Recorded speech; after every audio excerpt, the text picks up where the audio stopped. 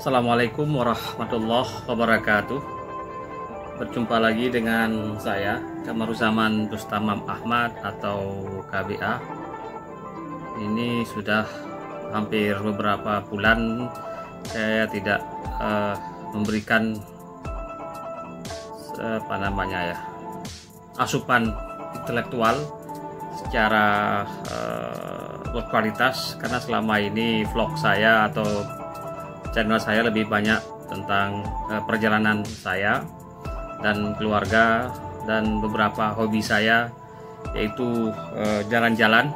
Jadi ini sudah tanggal 1 November 2020, saya kembali ingin menghadirkan channel saya ini ke sesuatu yang serius. Namun sebelumnya saya juga minta maaf kepada sahabat semua, karena dalam beberapa minggu sebelumnya, bulan mungkin tidak salah saya itu bulan September, saya harus melakukan isolasi mandiri, tapi alhamdulillah setelah di swab hasilnya adalah negatif.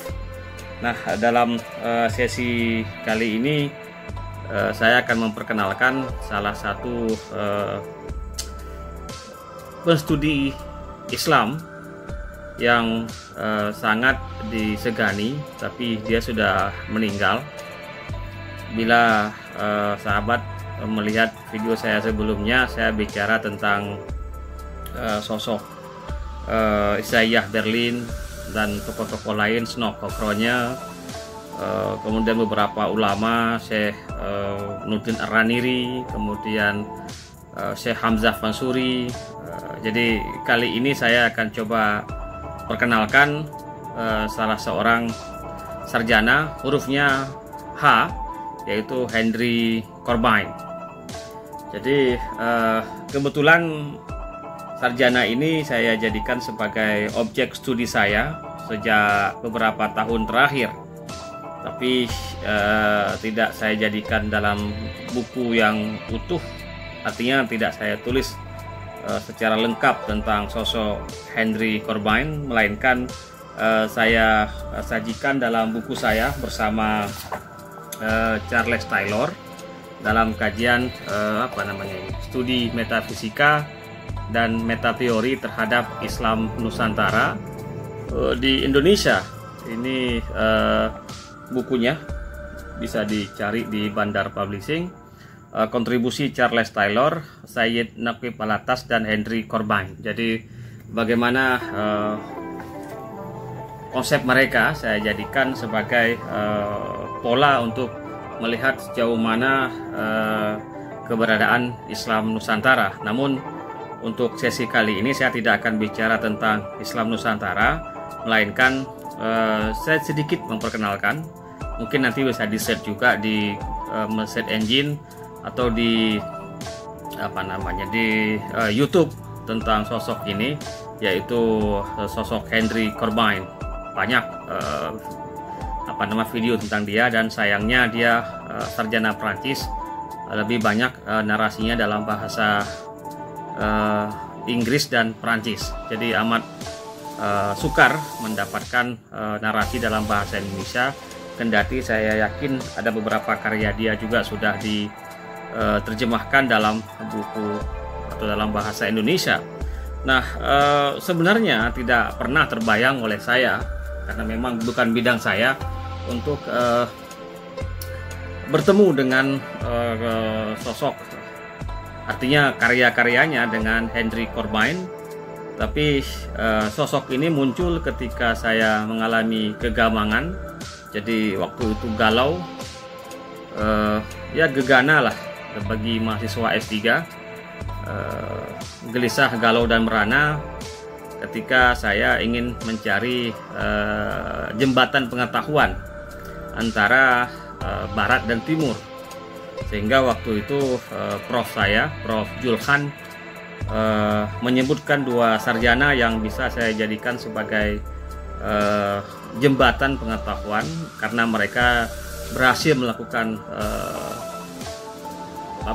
bridging knowledge. Pertama dia menyebutkan Charles Taylor, Kemudian yang kedua dia sebutkan Henry Corbin. Dan ketika saya baca awal waktu itu tahun 2008,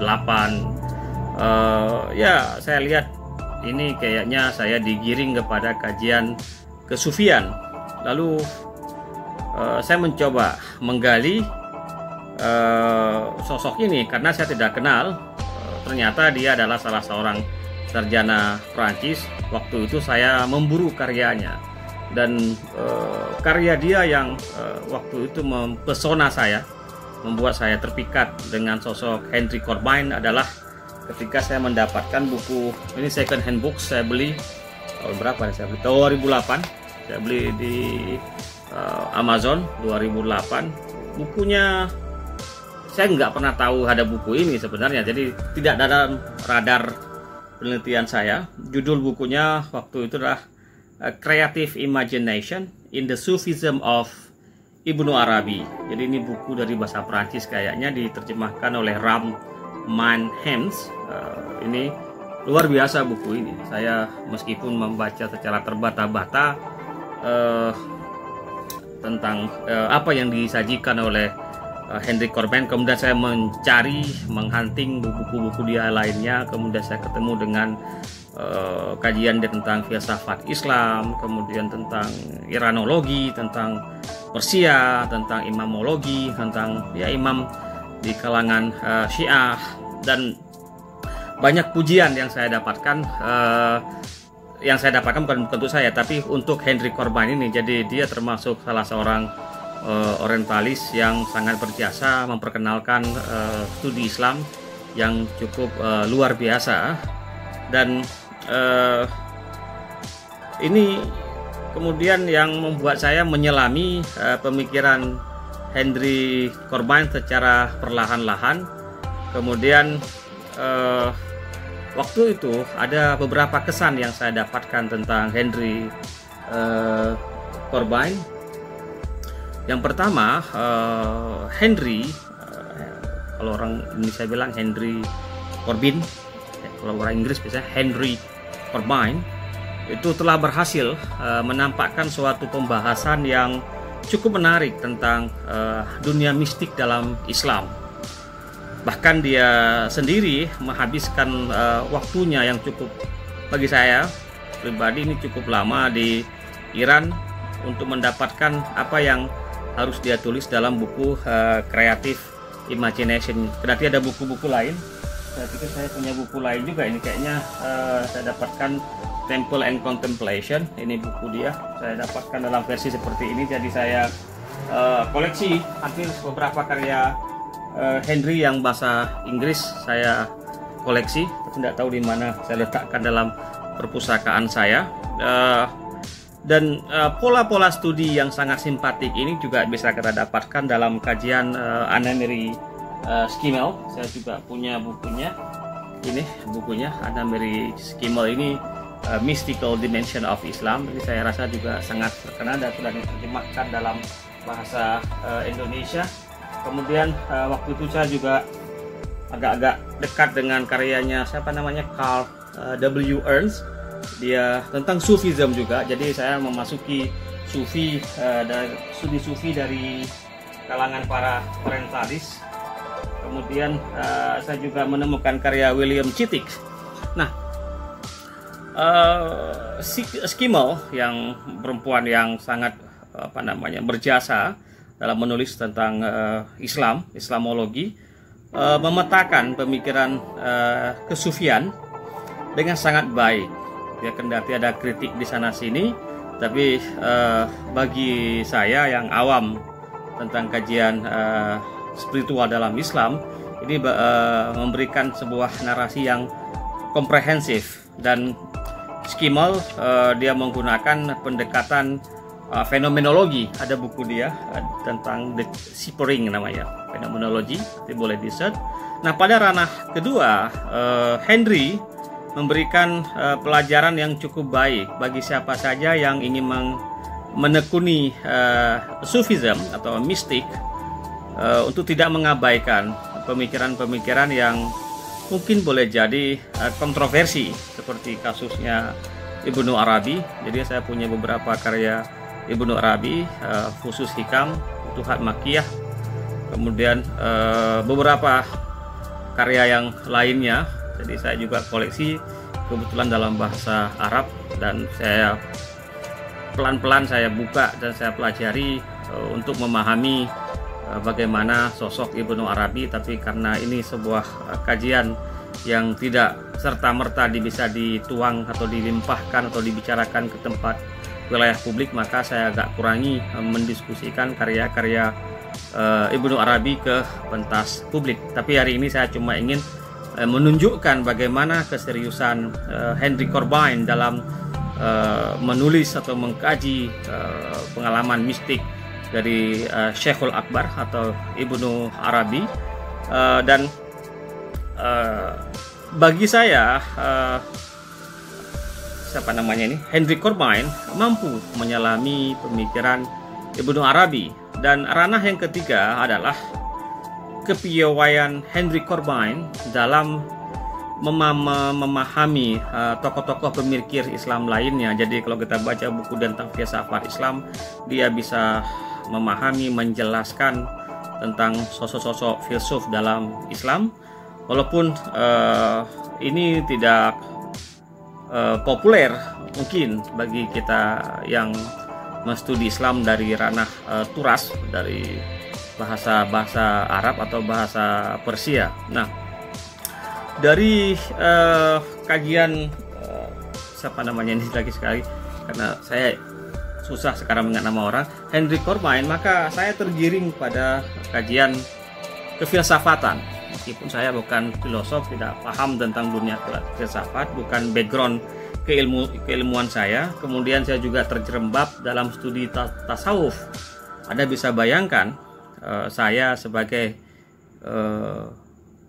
peneliti sosial antropologi, kemudian tiba-tiba saya harus masuk dalam dunia kajian sufi, karena waktu itu tidak ada jembatan pengetahuan yang cukup kokoh untuk saya perhadapkan dengan fondasi keilmuan di barat kecuali melalui pintu kajian sufisme. Jadi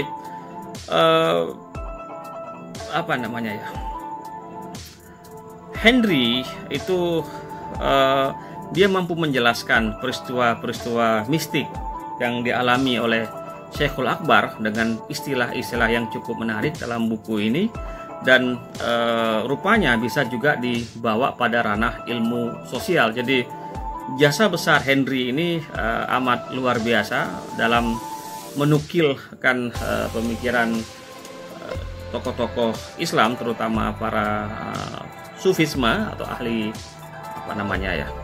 spiritual, dan mereka mampu menjelaskan makna dari khayalinya orang-orang sufi ketika mereka ingin dekat bermesraan dengan Allah Subhanahu wa Ta'ala. Dan Henry juga berhasil membuat peta atau mapping terhadap pengalaman kebatinan. Nah, ini yang bagi saya dalam bahasa Aceh itu seperti giok bagi saya. Jadi susah menemukan para sarjana barat yang mereka latar belakangnya sangat rasional, kemudian memiliki fondasi kefilsafatan atau pemikiran yang cukup tajam. Tapi Henry bisa memetakan aspek pengalaman kebatinan dari sosok Ibnu Arabi. Kemudian dari situlah muncul sebuah istilah yang sering saya jadikan sebagai pola untuk melihat pengalaman spiritual, apa yang disebut di dalam buku creative imagination atau alam al-khayal atau akal al-fa'al. Ada beberapa istilah dalam buku ini, atau juga orang sering menyebut dengan istilah active intelligence.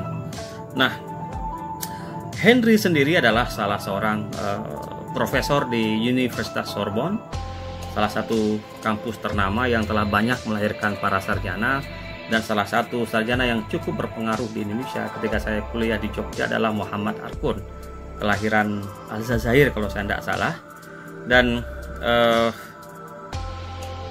saya menemukan di sini Mona Abaza mempertautkan antara Said Hussein Nasr dan Henry Corbin. Jadi saya juga baru dapatkan buku tentang Said Hussein Nasr, hampir 1000 halaman tulisan para sarjana tentang Said Hussein Nasr. Kemudian Said Hussein Nasr membuat komen terhadap tulisan-tulisan dalam buku itu sebagai sumbangan, atau dalam bahasa Inggris disebut dengan tribute kepada dirinya. Jadi nanti akan kita kupas.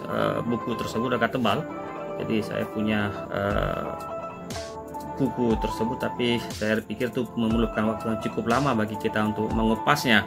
Nah, jika Said Hussein Nasr dikenal dengan konsep, ya orang mengatakan Islamization of knowledge atau Islamisasi ilmu yang dikembangkan oleh Ismail J. Faruqi dan juga Sayyid Naqib Alatas, maka pengaruh Henry juga tidak bisa diabaikan pada sosok Said Hussein Nasr. Jadi Amon Abbazadi menarik menemukan titik pertemuan intelektual atau pemikiran antara Said Hussein Nasr dan Henry Corbin.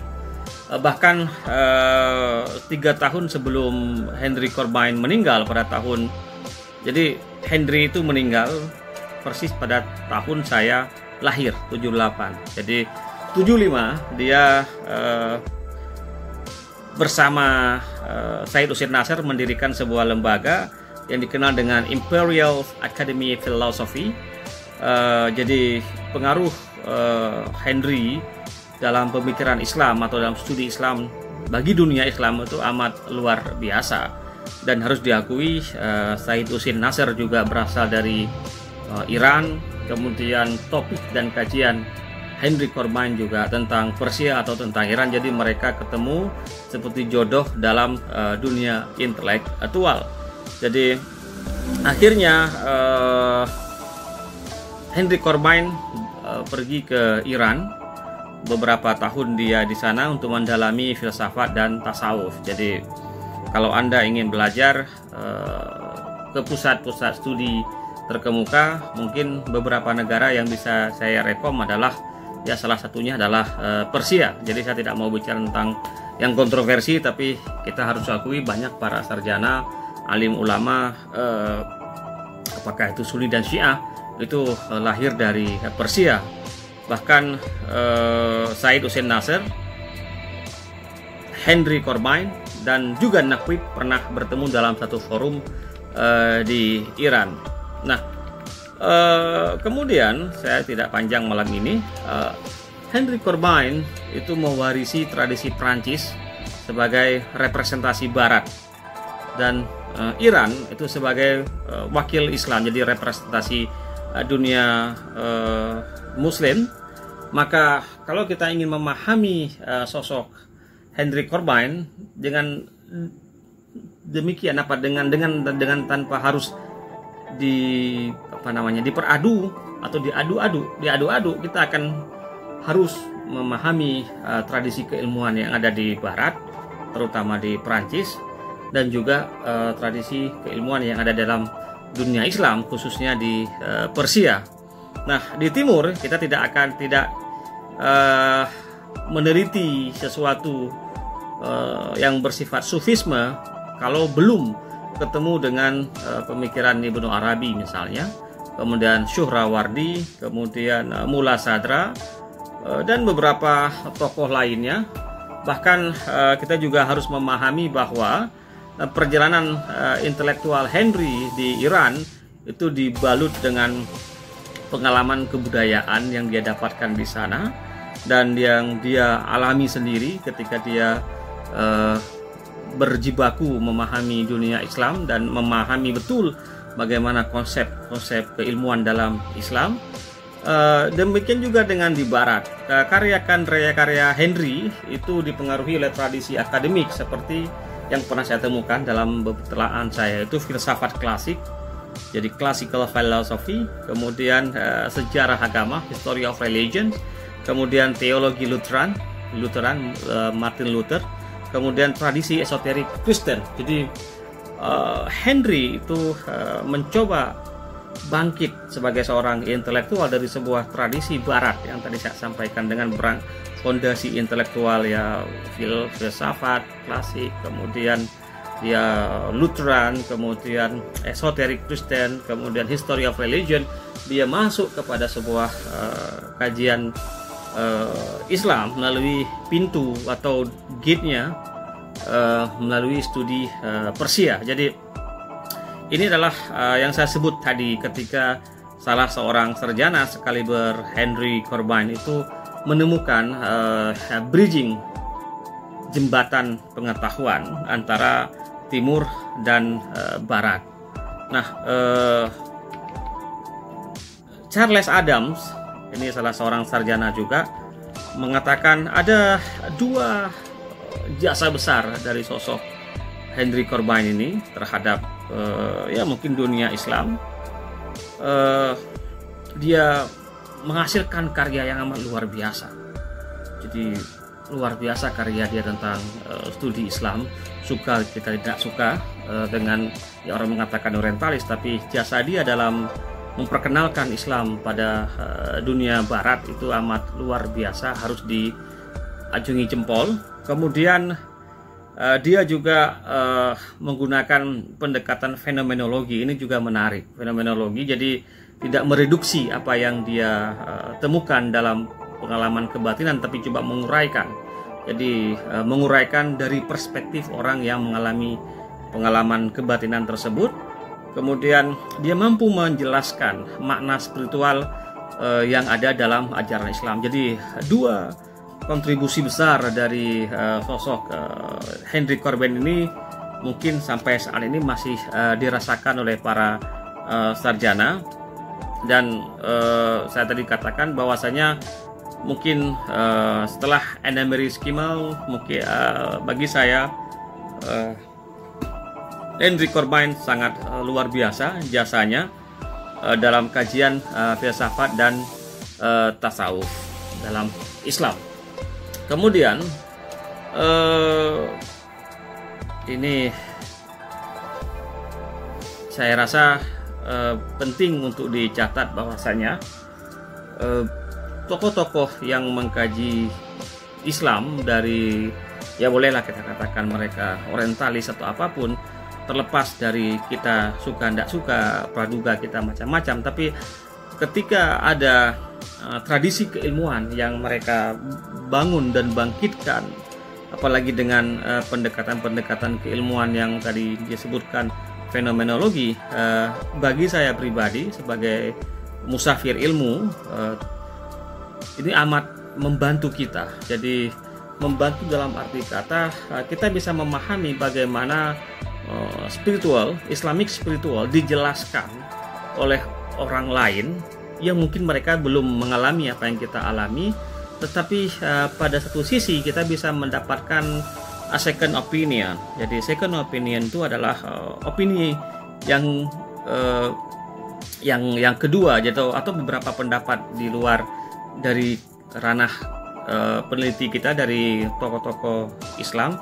Dan bagi saya pribadi, karena ini memang perjalanan intelektual saya, ketika saya membaca creative imagination ini, saya bisa memahami lebih dekat tentang bagaimana memahami pengalaman spiritual atau pengalaman kebatinan dengan istilah, mungkin di sini banyak istilah yang digunakan oleh Henry Corbin dengan bahasa Perancis kemudian diterjemahkan dalam bahasa Inggris. Jadi saya menduga Henry Corbin ini bisa bahasa Arab, bisa bahasa Persia, karena kalau orientalis itu biasanya mereka juga belajar bahasa menjadi salah satu kewajiban bagi mereka, supaya ketika masuk dalam ranah pemikiran atau studi mereka tentang keislaman itu bisa didapatkan secara utuh dan mudah, tidak kemudian melalui bahasa kedua atau bahasa ketiga yang terkadang sudah mengalami proses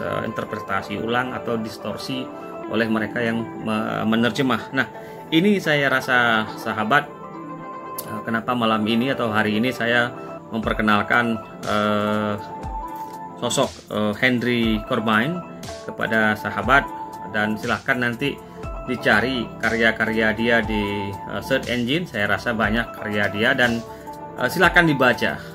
Ada buku dia histori filsafat Islam, itu luar biasa, dia menarasikan secara kronologis mungkin bagaimana sejarah filsafat Islam. Dan perlu diketahui, membuat istilah filsafat Islam di Barat itu bukan pekerjaan yang mudah. Ketika saya baca tadi bukunya Said Hussein Nasr, bagaimana dia memunculkan filsafat perennial, kemudian memunculkan istilah filsafat Islam, kemudian ada lagi istilah yang apakah ketika kita bicara filsafat Islam adalah filsafatnya Arab atau Arabic philosophy. Jadi itu bukan pekerjaan yang mudah dalam sebuah ranah atau sebuah diskursus keilmuan dalam tradisi Barat. Jadi memunculkan istilah dengan tradisi keilmuan yang mungkin mereka tidak pernah akrab sebelumnya, karena mereka hanya ada di Eropa, Amerika, dan mereka juga baru bangkit kemarin sore. Tetapi ketika kita bicara Islam dengan tradisi keilmuan, dengan ulama yang menulis kitab dan pendalaman mereka yang amat luar biasa terhadap turas pengalaman sufi, kemudian dalam kajian teologi, kajian kalam, kemudian kajian hukum Islamic law juga luar biasa, tumpah ruah.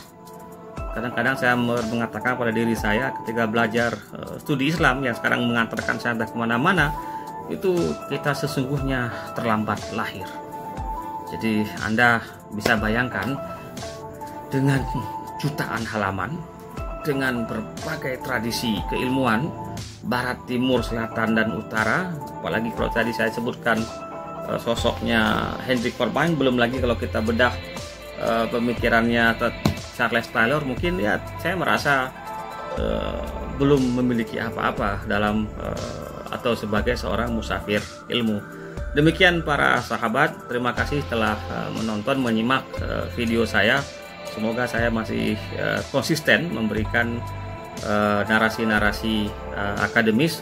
Di samping saya juga sudah mulai men-share kegiatan-kegiatan saya sehari-hari. Dan yakinlah pertemuan ini, meskipun ini secara maya, tetap kita akan ketemu secara darat. Dan akhirul kalam, terima kasih. Silahkan kalau ada manfaat di share video ini. Kalau ada juga mau Anda subscribe, ya silahkan. Memberikan komen apalagi, saya sangat suka diberikan komen, terlepas negatif dan positif, untuk menunjukkan bahwasanya terjadi dialog atau dialektika pemikiran atau perdebatan ilmiah antara kita. Demikian akhirul kalam. Assalamualaikum warahmatullahi wabarakatuh.